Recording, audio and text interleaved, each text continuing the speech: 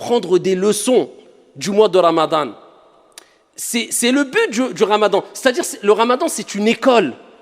Pour réussir son Ramadan, ou du moins, pour savoir si tu as réussi Ramadan, regarde l'impact qu'a eu le Ramadan sur toi après Ramadan. Parce que Dieu, il nous éduque à travers les actes d'adoration. J'espère bien que vous avez compris que les actes d'adoration, ce n'est pas simplement le fait de faire des gestes pendant la prière. Non, ces actes d'adoration pratiques, d'accord, cultuels, ont été mis en place aussi pour nous éduquer dans la vie de tous les jours. Vous comprenez ça? Ramadan, si tu veux le réussir, eh bien, c'est que tu vas comprendre que c'est des leçons le mois du Ramadan et que ça doit laisser une marque sur toi après Ramadan. Alhamdulillahi Rabbil Alamin. Mes chers frères et sœurs, il ne vous échappe pas qu'il nous reste quelques jours, voire quelques heures. On peut se permettre de dire quelques heures, vu que le Ramadan est très proche. Quelques heures, et nous voilà entrés dans ce mois béni, dont Allah subhanahu wa ta'ala a fait maintes fois l'éloge dans le Saint-Coran. Ce mois dont le prophète alayhi afdalus salatu wa azkat taslim a dit que quand il rentre, eh bien, Allah Jalla wa ala nous facilite l'entrée au paradis. Allah subhanahu wa ta'ala affranchit des gens de l'enfer. Allah Jalla wa ala ordonne à toutes les portes du paradis de s'ouvrir et à toutes les portes de l'enfer de se fermer. Et Allah Jalla wa ala donne l'ordre que tous les shayatin, les diables les plus néfastes, soient enchaînés. Pendant ce mois béni, ayyuhal akhyar, il y a des centaines, il y a des milliers, il y a des millions, il y a des milliards. Abshiru ayyuhal ikhwatul kiram, de musulmans dans le monde entier qui s'efforcent de se rapprocher du divin à travers l'abstention pour montrer l'amour qu'ils portent envers leur Seigneur, l'abstention de nourriture et de boissons pendant de longues journées. Mais ce qui nous importe, ce n'est pas simplement de jeûner, mais c'est avant même de jeûner de savoir comment réussir son jeûne du mois de Ramadan. Comment réussir à jeûner et à passer son mois complet en rendant notre Seigneur Tabaraka wa Ta'ala satisfait de nous. Comment réussir le mois du Ramadan? Et pour cela, on va indiquer quelques pistes efficaces et bénéfiques, Inch'Allah Ta'ala, afin qu'on parvienne tous à jeûner le mois du Ramadan, un mois complet comme il se doit, et afin qu'on puisse profiter au maximum de tous ces trésors que renferme Shahru Ramadan. Et les pistes, on va les voir au billahi tawfiq. Ayyuhal musallun, le premier conseil que j'ai à donner à moi-même ainsi qu'à mes frères et sœurs, pour réussir, c'est pas pour jeûner le mois du Ramadan. Certes, il est demandé de prier, mais prier c'est une chose. Mais est-ce que tu as réussi à prier comme il se doit? Le prophète n'a-t-il pas dit « Sallu kama ra'aytumuni usalli » Ça c'est réussir la prière. Prier comme vous m'avez vu, prier. Et Allah Jalla wa ala n'a-t-il pas dit « Qad aflaha al-mu'minun alladhina hum fi salatihim khashi'un » ont certes réussi. Il n'a pas dit ceux qui ont prié simplement. Réussi ceux qui ont eu cette humilité, cette concentration dans la prière. Donc prier c'est une chose, mais réussir la prière c'est une autre. Jeûner c'est une chose, mais réussir son jeûne c'est une autre. Faire son pèlerinage c'est une chose, mais réussir son pèlerinage c'est autre chose. Donc nous ce qui nous importe ce n'est pas que jeûner, mais c'est réussir son jeûne du mois de Ramadan. Et pour cela, eh bien, il faut prendre conscience de certaines choses essentielles pour te permettre de réussir. Et la première des choses, eh bien, nous allons rebondir sur la recommandation prophétique qui concerne la prière. Parce que vous savez que la prière, comme on ne cessera de le répéter, c'est l'acte d'adoration le plus noble, le plus grand, le plus important qu'il y a en islam. C'est la première des choses sur laquelle tu vas rendre des comptes au jour de la résurrection, le jour où le soleil sera au-dessus des têtes et que chaque être humain dira « Nafsi, nafsi, nafsi, moi, moi, moi ». Dieu t'interrogera sur la prière qui à la base était de 50 et Dieu l'a diminuée de par sa miséricorde. Et à travers l'amour qu'a eu le prophète alayhi salatu wassalam pour nous à 5 prières. Et cela nous donne la récompense de 50 prières comme vous le savez toutes et tous. Mais ici, il faut savoir que le prophète alayhi salatu wassalam a donné des recommandations pour prier, mais pour réussir sa prière. Et parmi les plus belles des recommandations que le prophète a données, c'est quand il a dit cela à un compagnon du prophète alayhi salatu wassalam, un compagnon parmi les compagnons du prophète alayhi salatu wassalam. Il lui dit « Salli », simplement prie, non. « Salli salata muwaddi'». Voilà, comment réussir la prière. Regardez la belle recommandation. Prie, accomplis la prière de celui qui fait ses adieux. C'est-à-dire le prophète il dit aux compagnons, pour réussir ta prière, eh bien fais de ta prière comme si c'était ta dernière prière. C'est-à-dire tu te dis c'est la dernière prière, après je vais rencontrer mon Seigneur. Je vais quitter ce bas monde, je vais quitter ce monde, je vais me séparer de mes biens, je vais me séparer de ma famille. C'est-à-dire c'est le dernier acte d'adoration qui fait partie des plus grands actes d'adoration que je vais accomplir. Et le prophète nous dit innamal a'malu bi al-khawatim. Les actions ne valent que par leur fin. Tu peux voir une personne qui peut-être était égarée toute sa vie, buvait de l'alcool, était loin de la religion, peut-être les derniers instants de sa vie, va se repentir, il va être sincère, il va être pieux, Dieu va lui donner accès au paradis. Alors qu'à côté, une personne, toute sa vie était dans les actes d'adoration, il manquait de sincérité, et juste avant de mourir, il a tout abandonné, il s'est égaré. Et Dieu lui a donné l'accès en enfer. Les actions ne valent que par leur fin, la preuve qu'on doit toujours rester modeste et ne pas se précipiter à juger les autres. Celui que tu critiques peut-être demain sera meilleur que toi et toi pire que lui. Donc occupe-toi de toi, c'est déjà beaucoup. Eh bien le prophète il te dit, eh bien c'est les dernières actions. Donc toi quand tu pries tu te dis, c'est peut-être ma dernière prière. Donc la prière c'est parmi les actes d'adoration les plus importants. Donc je la fais bien comme ça quand je rencontre mon Seigneur, peut-être je vais mourir après le Dhuhr, peut-être après l'Asr. Je fais le Maghrib, peut-être après le Maghrib je vais mourir. Au moins le plus grand acte d'adoration pratique, eh bien je l'aurais fait de la meilleure des manières. Eh bien de même, nous te disons, ya Abdallah, ce mois de Ramadan, quand tu vas le jeûner, dis-toi, je fais le jeûne de celui qui fait ses adieux. Combien, comme vous le savez toutes et tous, ont jeûné avec nous, ne serait-ce que dans cette ville, l'année dernière, et aujourd'hui ils sont où? Tahta al-turab, rahimahumullahu jami'an. Ils sont sous la terre. Ils auraient rêvé, ils auraient espéré. Wallahi wa rabbil Kaaba. Si Allah subhanahu wa ta'ala leur avait donné l'occasion de revenir sur terre, ils auraient donné tout ce qu'il y a sur la surface de la terre selon leur capacité, juste pour pouvoir jeûner une journée. Eh bien toi, Dieu t'a donné ce cadeau. Cette année, tu vas jeûner. L'année prochaine, 11 mois, on ne sait pas ce qui peut se passer. Déjà en 2 heures, on ne sait pas ce qui se passe. En 10 minutes, ta vie, elle peut vaciller. On sait très bien que tout va très vite, surtout aujourd'hui. Alors que dire de une année? Donc c'est peut-être ton dernier Ramadan. C'est peut-être ton dernier Ramadan. Et ce que tu vas gagner pendant le mois de Ramadan, wa rabbil Kaaba, de manière générale, tu ne pourras pas le gagner en dehors du Ramadan. C'est le meilleur mois de l'année. C'est le mois où il y a le plus de cadeaux. C'est le mois où il y a Laylatul Qadr. C'est le mois où Allah ouvre toutes les portes du paradis. Comme s'il te disait, ça y est, le paradis, toutes les portes sont ouvertes. Il n'y en a aucune qui est fermée. Vas-y, entre par la porte que tu veux. C'est facile. Ya Abdi, oh mon serviteur, fais des efforts, rapproche-toi de moi, le paradis il est à portée de main. C'est le mois où shayatin, les diables les plus néfastes sont enchaînés. Comme si Dieu te disait, je sais que tu es faible, je sais que tu es attiré par le mal, je sais que le diable a une influence sur toi, eh bien je vais enchaîner les diables les plus néfastes pour te faciliter l'entrée au paradis. Te faciliter le fait de te rapprocher de moi, les actes d'adoration, pour éduquer ton âme plus facilement afin que tu persistes dans les actes d'adoration. C'est peut-être ton dernier Ramadan. Dis-toi ça dans la tête.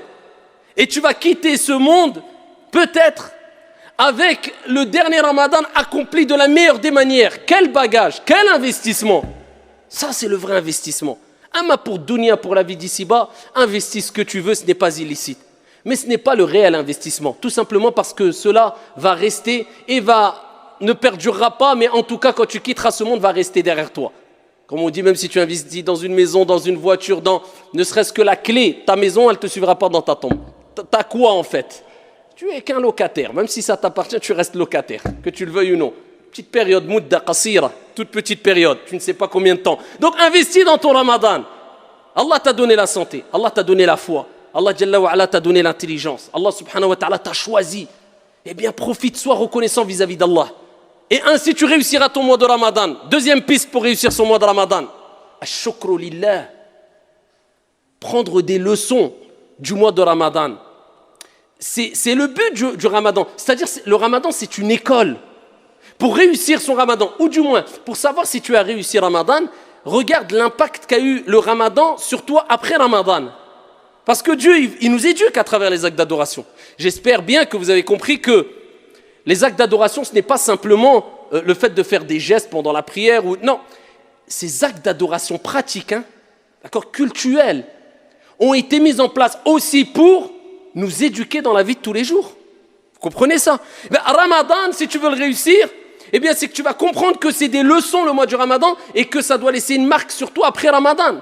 Quand tu viens à la mosquée et que tu dois venir en marchant, sans courir, et que tu dois t'aligner avec tes frères, tu dois te rapprocher des frères, coller tes épaules, pas coller les pieds. Beaucoup collent les pieds, alors que dans les 4 écoles, ça n'existait pas. Coller les pieds, c'était juste pour aligner les rangs. Après, tu n'as pas besoin de coller les pieds. Mais aligner les rangs, le prophète, il dit avec douceur, vous rapprochez vos épaules. Vous suivez l'imam. Pourquoi cette discipline? Pourquoi cette organisation? À une heure bien précise. Quand l'heure est passée, ça y est, tu vas prier tout seul. Des mouvements que tu fais en harmonie, tous ensemble. Tu suis l'imam, tu fais pas ce que tu veux. Pourquoi ces règles? Pourquoi ces comportements? Pourquoi cette gestuelle? Pour nous éduquer, nous apprendre à être disciplinés, à être organisés, à être carrés, à être sereins, à être apaisés. Mais est-ce qu'on a compris cela, nous? Normalement, on doit être les gens les plus éduqués, les plus disciplinés. Et malheureusement, illa man rahimallah, ce n'est pas le cas. Parce qu'on n'a pas compris que derrière les actes d'adoration, il y a une éducation qu'on doit mettre en application dans la vie de tous les jours. Quand tu sors, quand tu vends, quand tu achètes. Dans chaque acte d'adoration, on peut puiser plusieurs leçons qui nous permettent d'être éduqués et disciplinés en dehors de la mosquée, en dehors de l'acte d'adoration lui-même. Siyam ou Ramadan, le mois du Ramadan, ça nous pousse à la modestie. Parce que tous les actes d'adoration, eh bien, c'est un des buts. C'est quoi? C'est la modestie. La prière, tu pries aligné, tu es à côté du riche, tu es à côté du pauvre, tu restes modeste. Le mois du Ramadan, le pauvre ne mange pas, toi tu ne manges pas. Tu es riche, tu ne manges pas. Parce que tu as des millions, tu as le droit de manger avant le Maghreb, abadan, tu attendras le Maghreb. Pour mettre tout le monde au même niveau. Al-Hajj, eh bien tu es riche, tu es pauvre, tu vas mettre tes deux vêtements blancs qui ressemblent à un linceul. Pareil, sans sous-vêtements, sans rien du tout en dessous. Même le pauvre à côté de toi, pareil, on différencie. La modestie à tawadu. Le Ramadan comprend bien que c'est une école pour t'apprendre la modestie. Et t'apprendre aussi at-tadhiya, le sacrifice. Parce que l'islam, c'est une religion où on doit, à travers la prière, c'est un sacrifice la prière, parce que ça demande de laisser ton travail, de faire ta prière à l'heure, c'est un sacrifice ou pas? Dieu veut que tu sacrifies. Je parle du sacrifice bien compris, pas n'importe comment. Hein. Et pareil, le jeûne du Ramadan, c'est un sacrifice ou pas? Mais bien sûr. Comment ça, du matin, surtout nous ici, du matin, 6h du matin, 5h du matin, jusqu'à 21h le soir, 21h30, 22h, tu te prives de boire et de... Si ça, c'est pas un sacrifice, c'est quoi? Parce que Dieu te rappelle, tu as été créé pour m'adorer et je veux que tu prouves ton amour vis-à-vis de moi à travers des sacrifices dans les actes d'adoration. Eh bien là, tu dois prendre ces leçons en disant, plus le sacrifice est grand et plus Dieu sera satisfait de moi à travers des actes d'adoration tels le jeûne et telle la prière. Donc ça te montre que voilà, le Ramadan, c'est une éducation spirituelle, c'est une école spirituelle. Ainsi, tu auras compris un des buts du Ramadan et tu auras réussi ton Ramadan parce que ça te servira en dehors de Ramadan. Les bonnes habitudes que tu as prises pendant Ramadan, eh bien, tu vas les continuer. Pour réussir Ramadan, c'est de comprendre tous les bienfaits qu'il y a dans Ramadan. Et parmi les plus grands des bienfaits et les plus beaux des bienfaits, le prophète sallallahu alayhi wa sallam, fi sahih, comme vous le savez toutes et tous, a dit « Man sama Ramadan imanan wa ihtisaba. Ghufira lahu ma taqaddama min dhanbi. » Celui qui jeûne le mois du Ramadan, poussé par sa foi, c'est pas parce que, par habitude, ou pour ressembler aux gens, ou pour que les gens disent « Oh, il jeûne » ou je ne sais quoi. Non, on n'a à imposer à personne le mois du Ramadan. Et quand on fait un acte d'adoration, on le fait pour Dieu, pour Allah subhanahu wa ta'ala uniquement. Celui qui fait le mois du Ramadan, poussé par sa foi, en espérant la récompense divine. C'est-à-dire quand tu fais Ramadan, tu espères la récompense. C'est quoi le Jannah, le paradis? C'est quoi? Tu veux réussir ton Ramadan? Eh bien, rappelle-toi de ce hadith, celui qui jeûne le mois du Ramadan, poussé par sa foi, en espérant la récompense divine, tous ses péchés seront pardonnés. Man qama Ramadan kadhalik. Le prophète, il dit aussi, celui qui fait la prière la nuit pendant Ramadan. Alors ça, retiens cela. C'est-à-dire, celui qui, tout le mois du Ramadan, il a fait qiyamul layl, la prière de la nuit. Tout le mois de Ramadan. Ghufira lahu ma taqaddama min dhanbi. C'est pour ça, ne rate pas une seule nuit sans faire au moins, ala al-aqal, les gens, alhamdoulilah, ils vont tous à Tarawih en général, mais au moins 2 rak'at après Salat al-Isha. Qiyamul layl, au moins. Comme ça, tout le mois, tu auras fait Qiyamul layl, le prophète, il dit, celui qui le fait, tout le mois du Ramadan, tous ses péchés seront pardonnés. Par contre, le prophète sallallahu alayhi wa sallam, il nous dit dans le hadith rapporté par Al-Bukhari, Et il nous rappelle que Ramadan, c'est pas que se priver de boire et de manger, c'est un comportement, c'est un akhlaq, il dit celui qui ne délaisse pas az-zour, le mensonge, et le témoignage, le faux témoignage, quelqu'un qui ment pendant le mois du Ramadan, il a oublié que Ramadan c'est avec la bouche, c'est avec les yeux, c'est avec les oreilles aussi. Eh bien Allah n'a pas besoin de sa privation de boire, de nourriture et de boisson. Allah il n'a pas besoin. Entre guillemets tu te fatigues. Tu bois pas, tu manges pas, mais Allah il n'a pas besoin de ton jeûne parce que tu mens. Et le prophète il dit dans Sahih al-Bukhari kadhalik, il dit celui qui jeûne, qui entame le mois du Ramadan, il doit s'abstenir de toute obscénité. Vous avez l'éducation? Si tu veux réussir Ramadan, tu comprends que Dieu t'éduque parce qu'il veut qu'il t'a facilité le fait que tu peux éduquer ton âme parce que l'âme elle s'affaiblit.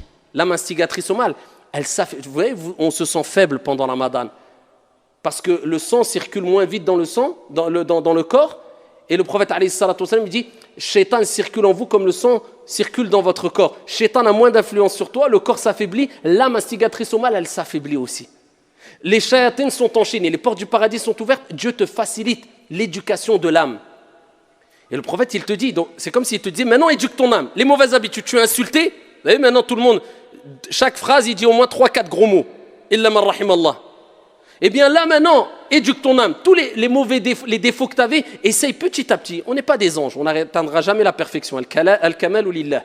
Mais essaye de tirer les plus gros défauts que tu avais. Entre autres, les mauvaises paroles. Le prophète il dit, alayhi salatu wassalam, celui qui jeûne le mois du Ramadan, il délaisse toutes les obscénités. Il dit qu'il délaisse toutes les obscénités. Et si quelqu'un vient le combattre ou le provoquer, il dit, inni sa'im, inni sa'im. On te provoque. Regardez l'éducation du nefs là, c'est facile de se mettre en colère. Mais le prophète il dit le fort c'est celui qui retient sa colère quand il est en colère. Eh bien tu dis je jeûne, paix, laisse-moi en paix. Et c'est comme ça que tu vas réussir le mois de Shahru Ramadan. Pour réussir Shahru Ramadan, eh bien il faut comprendre le verset coranique. Shahru Ramadan alladhi unzila fihi al-Qur'an. Le mois du Ramadan c'est le mois où Allah il a révélé quoi? Al-Qur'an. Allah il a choisi le meilleur des mois pour révéler le meilleur des livres. Pendant la meilleure des nuits, Inna anzalnahu fi laylatil qadr. Wa ma adraka ma laylatul qadr. Laylatul qadr khayrun min alfi shahr. Nous l'avons certes descendu, révélé la nuit du destin, la 27e nuit, avec divergence des savants, du moins les dernières nuits impaires. Et qui te dira qu'est-ce que c'est que la nuit du destin? La nuit du destin est meilleure que 1000 mois d'adoration. Regardez les cadeaux divins.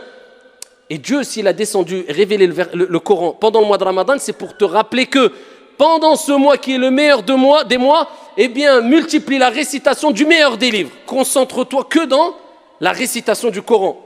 Quand je parle des sujets scientifiques, surtout du moins. C'est pour ça l'imam Malik, rahimahullah, ce grand savant érudit, savant du fiqh, du hadith, il délaissait dans ses assises toute étude du hadith pour se consacrer à quoi? À la lecture du Coran.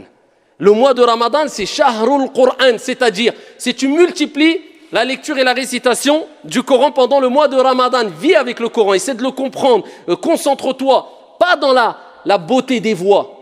Parce que maintenant, les gens, ils cherchent les mosquées où il y a les plus belles des voix. Et ça, c'est parmi les égarements qu'a mentionné déjà Omar ibn al-Khattab à son époque. Jusqu'à ce que certains, maintenant, c'est plus une récitation. Warattilil Qur'ana tartila, comme il se doit, mais on mise tous sur les mélodies. Ça devient même quelquefois de l'exagération. Non, sur le contenu du Coran. C'est pas toi qui embellis le Coran, c'est le Coran qui va t'embellir, ya Abdallah. Après, bien sûr, embellir sa voix, c'est demander aussi, mais sans exagération. Le contenu, c'est ce qui nous importe. Et c'est ainsi qu'on va réussir Ramadan si on a mis comme objectif la lecture du Coran à 100%. Je plonge dans le Coran. Parmi les moyens aussi de réussir Ramadan, c'est de montrer à ton Seigneur et aux gens autour de toi, car les gens seront des témoins au jour de la résurrection, et sur terre, pour ou contre toi, voilà, c'est ça l'islam. On est tous des ambassadeurs de l'islam.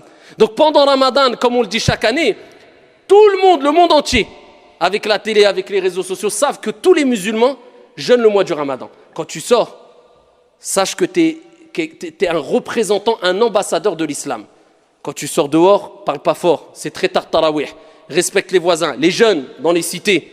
Surtout pendant le mois de Ramadan, tous les ans on entend la même chose. C'est là où quelquefois malheureusement des jeunes musulmans dans les cités, eh bien, font du tout et n'importe quoi et sans le savoir ils salissent leur propre image de toute manière, hein, et l'image de l'islam aussi. Parce qu'après, excusez-moi, hein, mais quand des gens disent « Oui, mais regardez les musulmans, qu'est-ce qu'ils font? Regardez, c'est dans les cités, ça brûle, ça crame. » Et on dit « Oh, c'est des racistes. » Alors, on ne va pas être raciste en disant ce genre de propos, mais le fait qu'il y ait des musulmans qui le font quelquefois dans les cités, c'est une réalité. On va se voiler la face. Et quelquefois, des gens, malheureusement, vivent la nuit dans les cités dehors et toute la journée, ils restent naas. Toute la journée, ils se lèvent la nuit et ils salissent l'image de l'islam. Comme une personne, ils ont demandé à un shir, c'est un savant turc, ils lui ont dit Ya shir, si quelqu'un dort toute la journée, est-ce qu'il aura la récompense du Ramadan? Il a dit oui, il aura la récompense, mais dans ses rêves. Eh bien, c'est ça. Toute la journée, il arrive le Maghreb, il sort, il se met beau, il va dans la cité, il parle fort, il crie. Comment tu veux que les gens soient pas racistes? Nous, on est les premiers racistes quand on voit ça. Donc, il ne faut pas exagérer, il faut se rappeler que Ramadan, ce n'est pas que je viens, je fais 2 rak'at à tarawih, je sors, je fais ruina. Si c'est pour faire ruina en venant à tarawih, wallahi al-adim, c'est interdit pour toi de venir à la mosquée, c'est obligatoire de rester chez toi. Parce que là, tu vas tout gâcher. Et Allah Jalla wa Ala parle de ceux qui veulent faire le bien, et alors qu'ils font le mal, et Allah, il fait de leurs actions haba'an mansoura, poussière éparpillée. Ça part dans le vent. Respectez, ya ibadallah. Dès que tu mets le pied dehors, tais-toi, uskut. Tu n'as même pas le droit, shar'an, religieusement, de parler même à mi-voix alors qu'il y a des voisins à côté. Tu n'as pas le droit, 11h du soir, minuit, 1h du matin, tu vas parler, les gens travaillent le matin. Wallahi, tu n'as pas le droit. Et si tu n'arrives pas, eh bien je vous dis, shar'an, religieusement, tu n'as pas le droit de venir à la mosquée pour faire salat al-tarawih. Tu n'as pas le droit. Quelqu'un qui ne s'abstient pas, wallah qu'il n'a pas le droit. Et je le jure sur le mimbar. Pourquoi? Parce que salat al-tarawih, c'est surérogatoire. Et ici, respecter son voisin, qu'il soit musulman ou non, c'est obligatoire. Et jamais le surérogatoire va devancer l'obligatoire en islam. Donc, si toi tu n'as pas compris ça, eh bien, à toi de te remettre en question et de te dire que Ramadan, c'est un respect que je dois avoir vis-à-vis des gens et je suis ambassadeur de l'islam. Et ainsi, bi'idnillahi tabaraka wa ta'ala, tu réussiras ce mois béni, tu profiteras de toutes ces récompenses ici qu'il y a dans le mois de Ramadan. Wallahu a'lam.